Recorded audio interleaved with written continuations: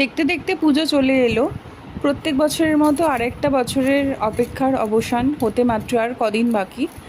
কিন্তু এবারে তো পরিস্থিতি আলাদা, তাই জন্য সবারই মন মেজাজ খুব একটা যে ভালো আছে তা নয়। তার মাঝেও সময় তো থেমে থাকে না, দিনও থেমে থাকে না।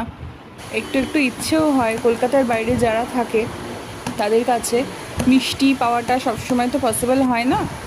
সেই জন্য বাড়িতে বানিয়ে নেওয়ার চেষ্টা একটুখানি। ময়দা, সুজি, পনির আর গুঁড়ো চিনি এসব দিয়ে একটুখানি মিক্সারে ব্লেন্ড করে নিয়ে তারপরে হাতে হালকা করে বাইন্ড করে এই গোল গোল করে, যেমন ছানার জিলিপি আর ল্যাংচা, পান্তুয়া আমি বিভিন্ন শেপের বানিয়েছিলাম। ওই যেমন খুশি তেমন সাজোর মতো, যেমন খুশি তেমন মিষ্টি বানাও। তো আমার ভিডিওটি ভালো লাগলে জানাবেন, ডিটেলে নিশ্চয়ই বলে দেবো যদি কারোর দরকার হয়। আমার ভিডিওটি দেখার জন্য সবাইকে অনেক